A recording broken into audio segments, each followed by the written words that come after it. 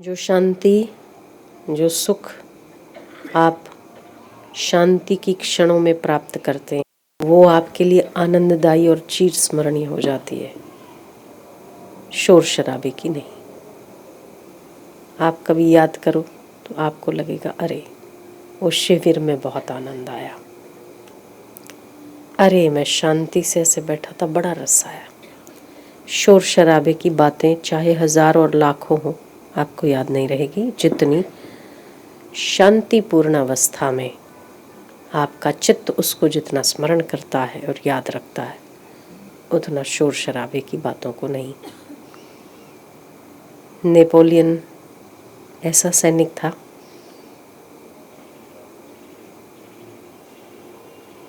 ऐसा सेनापति था। एक बार जहाँ पर चढ़ाई करनी होती, उसका मैप एक बार देख लेता था। जहाँ वो होता था वहाँ से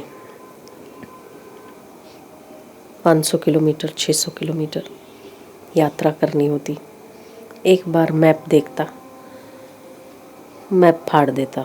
लोग उसको पूछते थे, तुझे याद कैसे रहेगा? कहता, मेरे यहाँ फिट हो गया। इतनी एकाग्रता थी नेपोलियन की। इतना अच्छा सेनापति था कि उसकी सेना ने कभी भी हार क्या होता है कभी सीखा नहीं। जितने युद्ध किए नेपोलियन ने, अक्सर सबको जीतता गया। पुरुषार्थी था, एकाग्र चित्त था, उत्साही था और अपने लक्ष्य की ओर अविरत दौड़ने वाला सेनापति। वो नेपोलियन अपनी आत्मकथा में लिखता है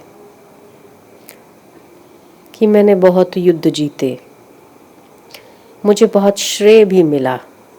लोग कहा करते थे कि एक बार शेर के पंजे से शिकार निकल जाए, पर नेपोलियन अपने पंजे में आया हुआ शिकार कभी नहीं छोड़ता। हाँ, मैंने कई बार असफलताओं का सामना भी किया है, पर आखिर में जब तक सफल नहीं होता था तब तक मैं विराम नहीं लेता था। पर मेरे इतनी विजय के शोर शराबों में मेरे मित्रों की या मेरे प्रशंसनीय, जो प्रशंसा करने वाले लोगों ने मेरी इतनी प्रशंसाएं की, इतने मुझे मेडल मिले, इतने मेरे लिए लोगों ने सराहनाएं की, पर मुझे आज ये कहना पड़ता है कि वो सारे क्षण मेरे लिए इतने स्मरणीय नहीं हैं जितने मैं आज के समय में कारागृह में हूँ। वो अपने जीवन के आखिरी समय में कारागृह में था। जितने ये क्षण मेरे एकांत के मेरे लिए चिर स्मरणीय है और मुझे अपने आत्मा के निकट होने का एहसास होता है, वो आज के पहले जीवन में कभी नहीं हुआ। एकांत आपके आत्मा की निकटता को देता है। शोर शराबा आखिर उन्हीं लोगों से आता है जो छूटने वाले और आपके अपने नहीं है। इस असत्य की सत्ता है ही नहीं और सत्य का कभी अभाव नहीं होता। असत्य की कभी भी सत्ता नहीं है, थी नहीं, रहेगी नहीं।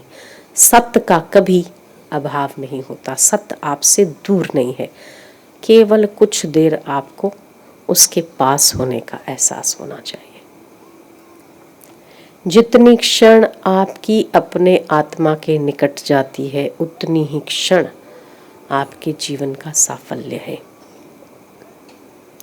क्योंकि शोर शराबा आखिर तो इसी संसार का मिटने वाला इंग्रेडिएंट है, मिटने वाला कंटेंट है, जो सत्य नहीं है, असत है। जो क्षण आपकी एकांत में जाती है, कुछ ना करो, तब भी अभी आपने कुछ नहीं किया, केवल जप किया, गुरु वंदना किया, शांति से बैठे, तो आपको रस आया ना, शांति आई, आनंद आया। ये चीज स्मरणीय है। कभी भी याद करोगे आपको लगेगा अरे वो दिन बड़ा अच्छा। और जितना आप आपाधापी और शोर शराबे में, ये कम याद रहते हैं। याद दिलाओ आप, आज के दिन में आपको बहुत शोर शराबे मिले, मज़ा आया, नहीं याद रहेगा, पर ये क्षण याद रहेगी, क्योंकि ये आपकी आत्मा के निकट है। इसीलिए दिन का कुछ हिस्सा आपका अपने आप से मिलने के लिए जाना चाहिए। अपना आप मतलब आपका आत्मा है। जितना आप शांत होते हैं उतना ही आत्मा के निकट होते हैं। जितना बहिर्मुख होते हैं, चंचल होते हैं, उतना संसार के निकट होते हैं। और संसार का स्वभाव क्या है? असत है। इसीलिए वो आपको छूता नहीं, चाहे आप कितना ही उसमें उलझो, फिर भी आप उसमें टिक नहीं पाते। अभी आपको कुछ नहीं चाहिए, शांति है ना? शांति है कि नहीं? कोई आपाधापी कुछ नहीं। इसका अभ्यास जितना आपके जीवन में होगा, उतना बाहर की बहिर्मुखताएं आपको हिला नहीं सकेंगी, बाहर की परिस्थितियां आपको भयभीत नहीं कर सकेंगी। इसीलिए दिन का कुछ हिस्सा अपने आप के लिए होना चाहिए, अपनी आत्मा से मिलने के लिए होना चाहिए। इसीलिए त्रिकाल संध्या का नियम है। सुबह संध्या, दोपहर संध्या, शाम संध्या। क्यों त्रिकाल संध्या बोली जाती है? उसमें मन बार बार, तीनों बार अपने सत्य की ओर जाता है, आत्मा के निकटता का एहसास करता है। उतना ही मनुष्य ऊंचा उठता है जितना शांत रहता है। इसलिए त्रिकाल संध्या करने का समय मिले तो बहुत अच्छा, ना मिले तो 2 संध्या भी हो जाए तो बहुत अच्छा। सुबह की संध्या, दोपहर या शाम की संध्या। कुछ नहीं करना। आप ऑफिस में भी बैठे हैं तो ज़रूरी नहीं है पद्मासन लगाओ, उंगलियां ऐसे ओम ऐसा करना ज़रूरी नहीं है। आप वो 10 मिनट सारे काम बंद कर दो। संध्या कितना समय होती है? सूर्यास्त के 10 मिनट पहले, 5 मिनट बाद, 5 मिनट पहले, 5 मिनट बाद, कुल मिला के 10 मिनट की संध्या होती है। ज़्यादा समय तो 10 मिनट पहले, 10 मिनट बाद।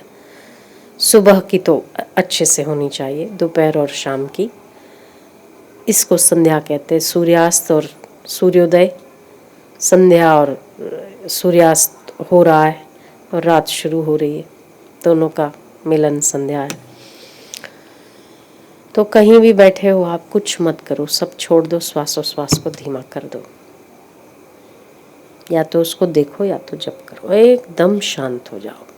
कोशिश करो, ना कोई इच्छा ना कोई विचार आए, केवल या श्वासोश्वास को गिनो या श्वासोश्वास में जप करो। आपकी पूरी थकान दिन भर की गायब हो जाएगी।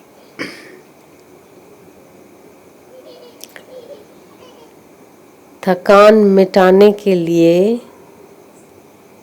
शांति ही एकमात्र इलाज है। दिन भर का थकता है आदमी तो सोना ही उसका इलाज होता है। सोना क्या है? शांति तो है एक प्रकार की। शांत होते तो सुबह फिर ताकत आती है। ऐसे ही दिन का कुछ हिस्सा एकांत में जाना चाहिए, शांति में जाना चाहिए।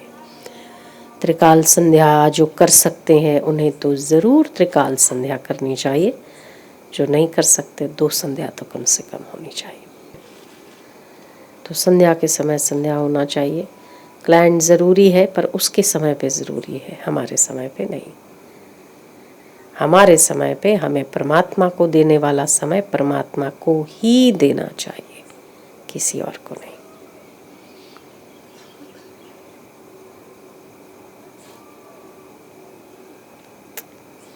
क्योंकि हम ऐसे तो नहीं है ना कि हर क्लाइंट में परमात्मा के दर्शन करते हुए काम करें। अगर ऐसा हो, मुख से जपे सो मानवी, मन में जपे सो देव, सुरते जपे सो संत है, स्वित जानो भेद।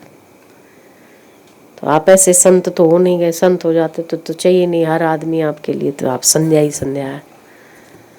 हर आदमी में परमात्मा के दर्शन करके कार्य करते तो बहुत अच्छा। नहीं तो संध्या का समय संध्या में जाना चाहिए। त्रिकाल संध्या हमारे ऋषि मुनियों ने, ऋषि मुनि करते थे। यहाँ तक कि राजा लोग भी त्रिकाल संध्या में से कोई 2 संध्या तो किया करते थे। उनका राज्य और प्रजा सुखी हुआ करती थी जो त्रिकाल संध्या करते। इतनी व्यस्तता तो किसी भी व्यक्ति के पास नहीं हो सकती कि जो 2 संध्या ना की जा सके। की जा सकती है, की जा सकती है, केवल 10 मिनट की बात है, 10-15 मिनट की, बस, इससे ज़्यादा नहीं। इतना कुछ नहीं करना। इससे आप मजबूत बनोगे, पावरफुल बनोगे। आने वाले समय में विकट परिस्थितियों के चलते विकट परिस्थितियां आ सकती हैं, तो उसमें आदमी को मजबूत, जितना आध्यात्मिकता मजबूत होगी उतना बचा जा सकेगा। तब क्लाइंट बचाने नहीं आएगा। हमारे पास जितनी धन की शक्ति नहीं, धर्म की शक्ति होगी, उतना हमारे पैर मजबूत होंगे।